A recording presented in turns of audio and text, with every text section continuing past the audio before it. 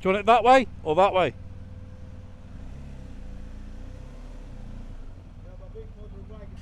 Yeah, yeah. Do you want me to keep going?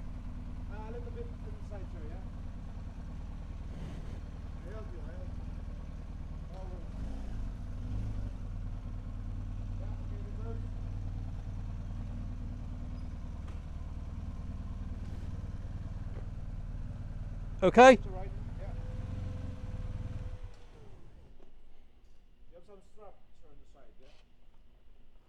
Okay.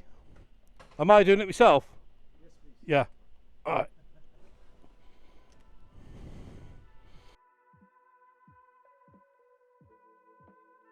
Welcome everyone. Welcome back. My name's James. Welcome to the Moto Legion channel.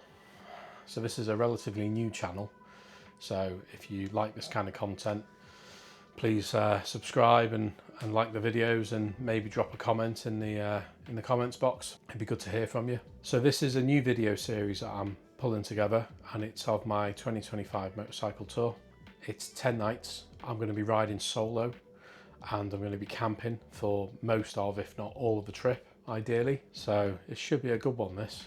I've just ridden from home to Hull. It was 30 degrees C when I left the house. If you're looking to do the Hull Rotterdam ferry, maybe give yourself an extra 30-40 minutes to get through Hull. What they've done is they've ripped out all the main road going through Hull towards the ferry port to build an underpass.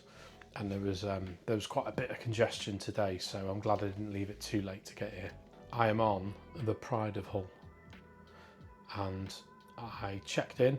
That was fine. I got searched. Never been searched on the bike before. Took one look at my tank bag and said, yeah, I'm happy. Go through. So I went through. The guy on the deck was a bit arsey with me. He was kind of doing this. I was like, what's the helicopter for? So I thought he meant turn around and, you know, face the opposite way. So I tried to do that and he stopped me. So he was quite angry with me, unfortunately. So there was that. And then I got into the cabin, and as you can imagine, nearly 3 hours in 30 degrees C in bike kit. First thing I did was drop all my kit and jump in the shower, and it was the coldest shower I've ever had in my life. It felt like they were pumping the water straight out of the sea. It was freezing. Everything I tried, I just could not get the hot water running. So I finished that, whacked some clothes on, and went to tell reception. They came and checked, and yeah, there was no hot water to the room. So they've moved me now, and they've moved me to this room, which is a similar room. It's just I think it's a bit more modern. I'll throw some pictures of both of them up. So yeah, so that all sorted. Went to get something to eat. £26.99 for dinner on the ferry. £26.99. I was like, I'm not even that hungry. Don't eat a great deal when it's sunny and hot, so I just thought, you know what, I'm not going to bother with that. I have pre-booked breakfast for tomorrow morning as part of the ticket, but dinner was a bit hit and miss because of this heat wave we seem to be having. So I kind of jibbed that off and went to the Costa that they have on deck. Honestly, obviously I've been on a lot of ferries in my time. I think this has got to be up there with one of the busiest today. This ship is packed. It really is, which is mad really, because it's not the school holidays. I would have thought it'd be a bit, you know, a bit quieter, but that's not the case. Went on the sun deck, had a look around, took some photos, come back here, having a few beers. Bought 4 beers on the way in, just for something to have in the room, and a bottle of water in case my head's spinning in the morning. I did check the weather before I left, and it's a weird one, this, because in Europe there's meant to be a heat wave, but in the Alps, all the photos I've been seeing of people on their trips recently, Stelvio's closed, Furca's closed, Swiss passes are open but with snow on the top, and I'm like, oh, how's that work then? So the plan is, there is no plan. The only thing I've got booked is this ferry here and back. I have got a rough route in my head, and basically that rough route gets me to somewhere like Interlaken or Andermatt in Switzerland. But as I said, I've got nothing booked, so I've got this lovely flexibility where I'm riding solo. If the weather's crap, I can just keep going further south. I've not lost any money. I've not got any bookings to sort out. I can just go into Italy where it's, you know, it's normally a bit warmer. Whilst I haven't got anything booked, what I normally do before a trip is I look at the area where I'm likely to be or where I'm heading to on Google Maps. and then what I'll do is I'll save the campsites that look half decent or have seen recommended on like Facebook and other forums and what have you. I'll save them as my favourites on Google Maps, and then basically if I'm in that area, I'll give the campsite a bell, or I'll just turn up unannounced and see if they've got a pitch. So that's the plan. That's as far as I planned, really. It's great. There's no drama, no stress of I've got to get to this hotel or this campsite on this night. If I'm touring with other people, I'll typically plan the route, and I'll plan the accommodation as well, and normally I'd pre-book the accommodation too. But when you're riding solo, it's completely different. You don't have anyone else to worry about. You can just think about yourself. You know, if you're feeling fresh, go further. If you're feeling knackered, stop. And you don't have to worry about anything else, really. That's your life for however long you're touring for. Definitely give it a go. It's a brilliant approach to riding your motorbike. Complete freedom, complete flexibility. Awesome.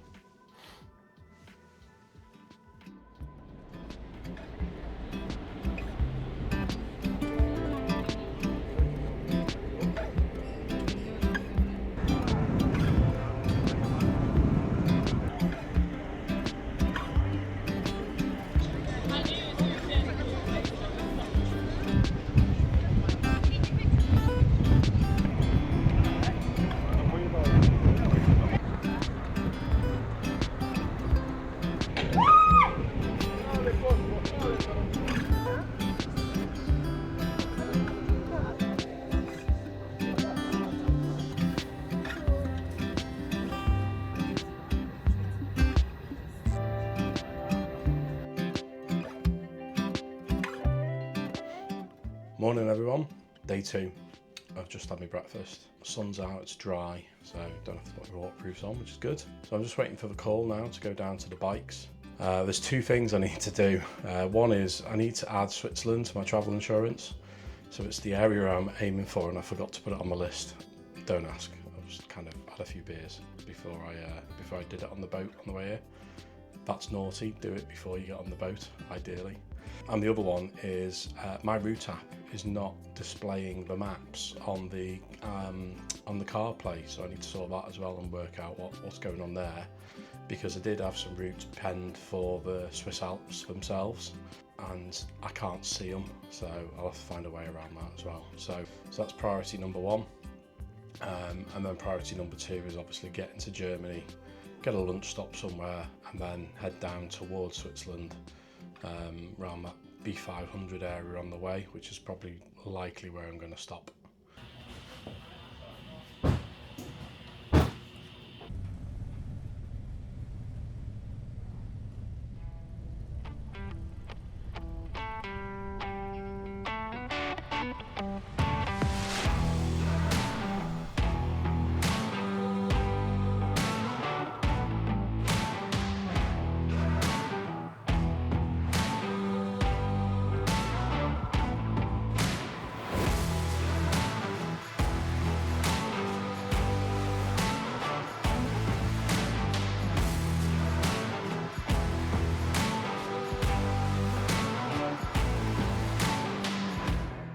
So we've just come into Koblenz now.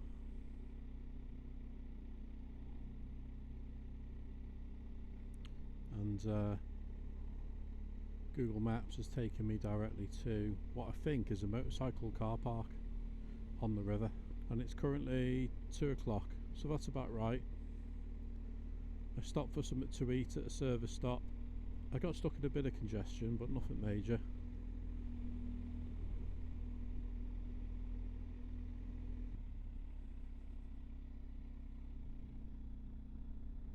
There it is, right at the end.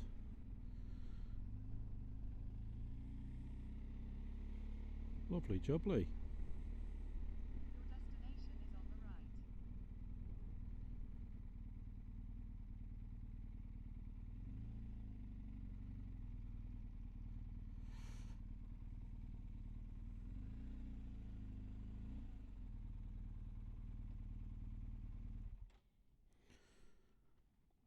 I love it when cities have proper motorcycle parking.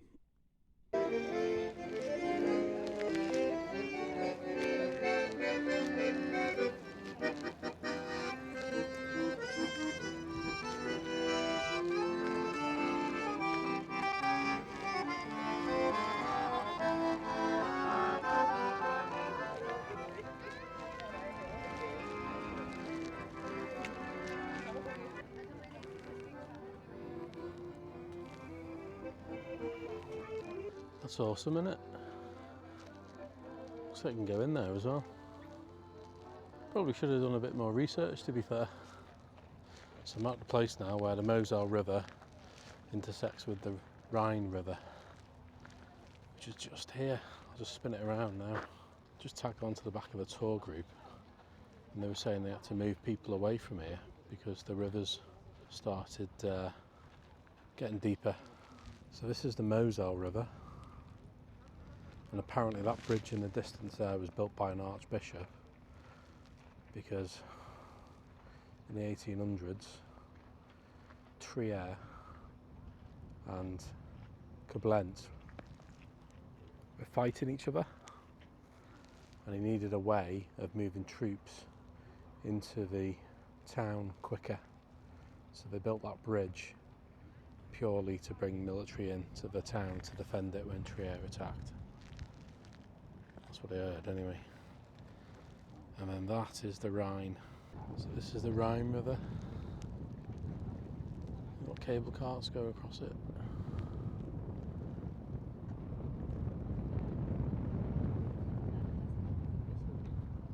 And a massive restaurant there. Taste.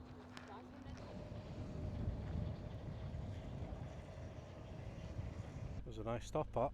It's a beautiful place, this. I want to come back here, maybe spend the night in the city and have a wander around. I was tempted to do that tonight, but that puts me back quite a lot.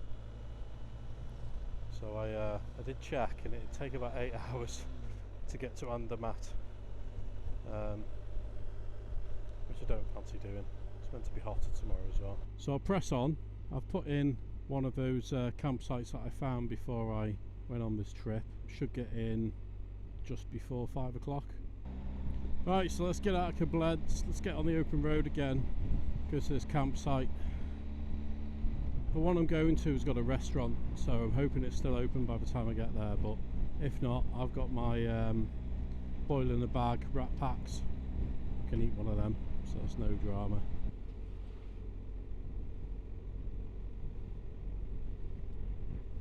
This is the difference between riding a motorbike on the European continent and riding it in the UK. Look at this. So every time it slows down and it looks like there's going to be standstill traffic, the drivers over here, they all slow down like you would anyway, but they also move far out to either side of the lanes to create a free lane in the middle for emergency services. But obviously, being on a bike, as long as I'm not in the way of an emergency service vehicle, then I can use it as well. Makes such a difference, and it's so simple. Yet we don't do it in the UK. It baffles, it blows my mind, it really does. We don't help ourselves. I can't tell if this is roadworks or if it's an accident that's causing all this traffic, but it's been like this for at least 10, maybe 15 miles. I'm glad I can do this as well because the temperature has absolutely skyrocketed. It went from 21 degrees in Koblenz to 28 now on the motorway. And obviously I've got the engine heat off all the other vehicles on my own. No shade, so you can really feel it. Brilliant, isn't it? You're not harming anyone by doing it. There's enough road for everyone else. So they just, they work with you instead of against you. What I've noticed a lot of drivers do in the UK is they see you coming and they're like, because they're stuck in a queue, they think, oh, I'm not letting him past, he can wait as well as me. So they block you off It's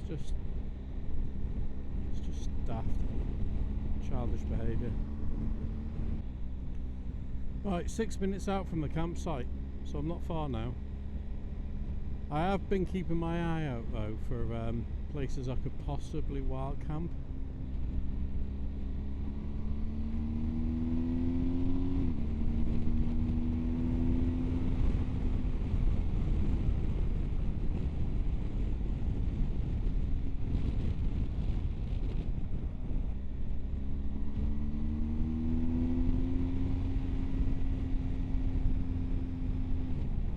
What a beautiful day it is today. Absolutely gorgeous.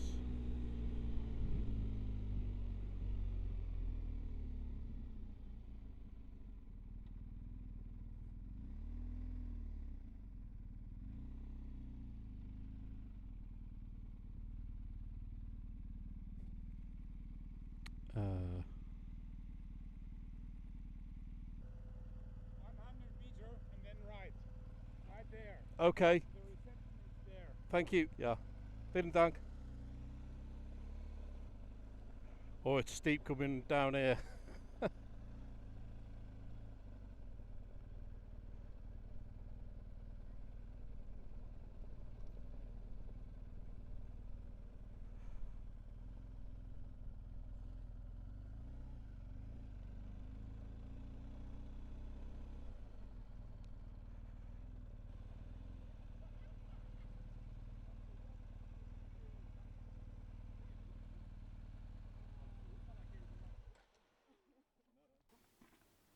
I just will let you know that there's a fox here, Fox. so don't leave anything out of the tent. They steals the shoes with leather and everything. So. Oh, does it? Yeah. Right, okay. Thank Okay, you. so Yeah, thanks.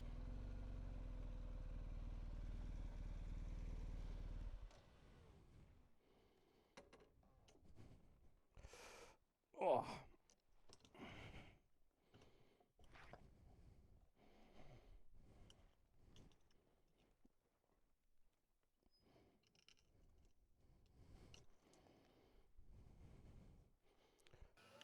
Well everyone, I made it to a campsite.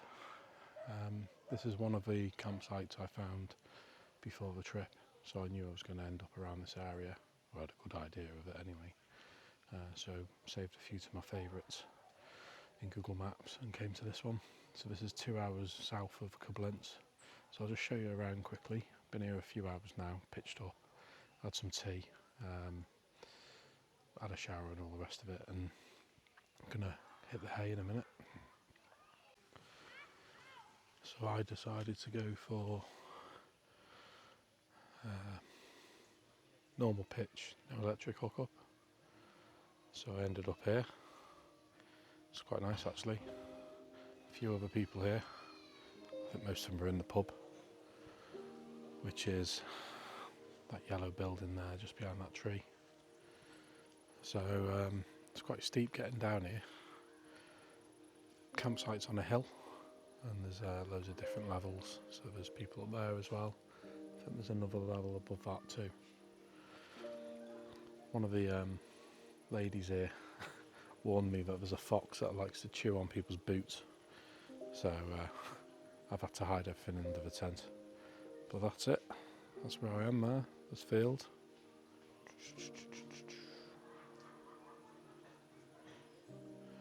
And then the bike is parked on a bit of a hard stand in there, across that little bridge, so I'm just going to walk across with all my stuff, which isn't too bad because it's only a little tent. There's a little stream that runs under that bridge, which sounds lovely, but it is a mozzie magnet. There's a better view of the pub. That's where I am. So it's a nice little site this. It was €15, non-electric hookup. I think that includes tourist tax. And then it was €3 extra for electric hookup, but I decided not to go for that. It was a bit of a weird one because when I came in, it was quite difficult to try and find the reception area. So you would come all the way down this hill, just follow the road basically, but it's a little grey shack, and you can pay by card at the shack to get in, to get the pitch, but you can't pay by card at the pub, which I found out after I ordered my food. So basically they were pretty relaxed about it, to be fair, but basically I've got to get up tomorrow morning, run into town and get some cash from an ATM and come back and pay the bill, settle the bill before I leave. So I was fed and watered, that's the main thing. So this is the little shack, the grey building there behind the Skoda. As you can see, there's loads of motorhomes and camper vans and all sorts here. I would not like to take the caravan down the road I came down on the bike, but that's another story. There's all these little quirky areas as well. Like this little shop by the look of it, and a little library to borrow books. There's quite a few seasonal pictures here as well. Got chatting to a few of the people here. Everyone's really nice. Typical on a bike holiday, you know, everyone wants to know about the bike and they want to know where you go in, and just really nice people to speak to and really interested in your bike holiday. It's really good. You don't get that when you're travelling by car, do you? There's the bike in all its glory.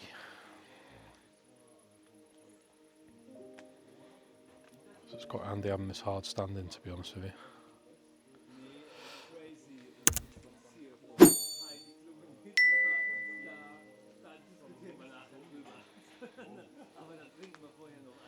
So just leaving that there, the panniers locked up and stuff, and it'll be fine, I'm sure.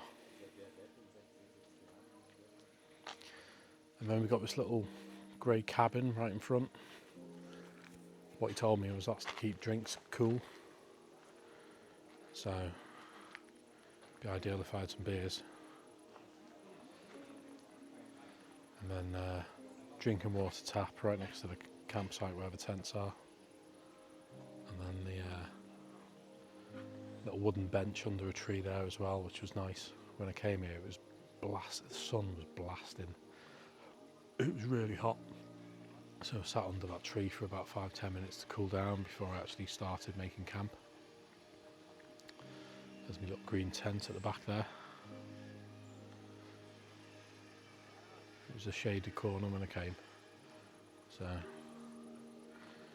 nice. And then we go up the steps. This is where I at. Terrace. Had a nice beer there and some schnitzel, which was lovely.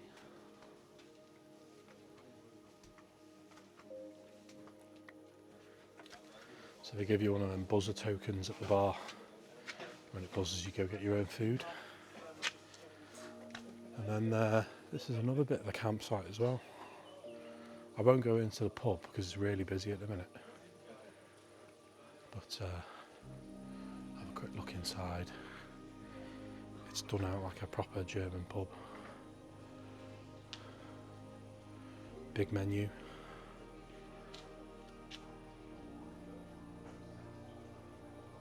Food was brilliant, as you would expect.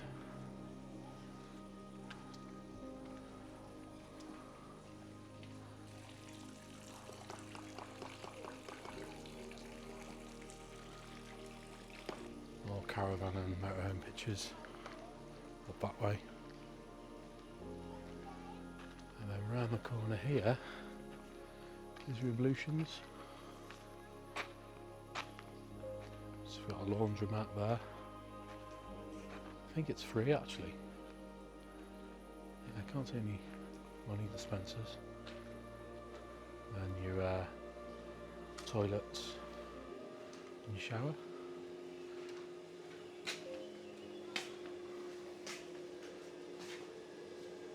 Which are all super clean. I won't record in the shower or the toilets because that would just look weird. So that's the campsite. It's full of little nooks and crannies. Steep stairs to get up the hills. What's a lovely little spot. I can't remember the name of it. I'll post it up on the video in the edit. So tomorrow, the plan is to get to Andermatt. Well, that's going to be about a 6-hour ride. So we'll see how we get on. I'm going to get to the B500 and do the B500. Go down from Baden-Baden, go south. I think it's to Freudenstadt, that direction, and then basically get the roads into Switzerland. I haven't bought a vignette because I don't want to go on the motorways, but I might have to. But you can get them at petrol stations and what have you, so that's not going to be a drama. So I'm going to get up early tomorrow. I'm going to dive straight out, get some cash, come back, pack everything up, and then pay up and then go. Might get a coffee on the way, or I might brew up here. Depends how I get on with packing away. I've kept everything in the tent to a minimum, with one eye on the fact that I need to get going sharpish, like to have any chance of getting to Andermatt. So far so good. Weather's been cracking. The people I've met have been really nice. Everyone's dead interested in the bike and where I'm going and where I've come from and all the rest of it, so I'm really enjoying it. It's a bit weird being solo again because you know, I brought my Kindle this time, so I'm sat in the tent reading the book. See you all tomorrow morning for day 3. Day 3, it's flying, it really is. Day 3 of 10. Catch you all later.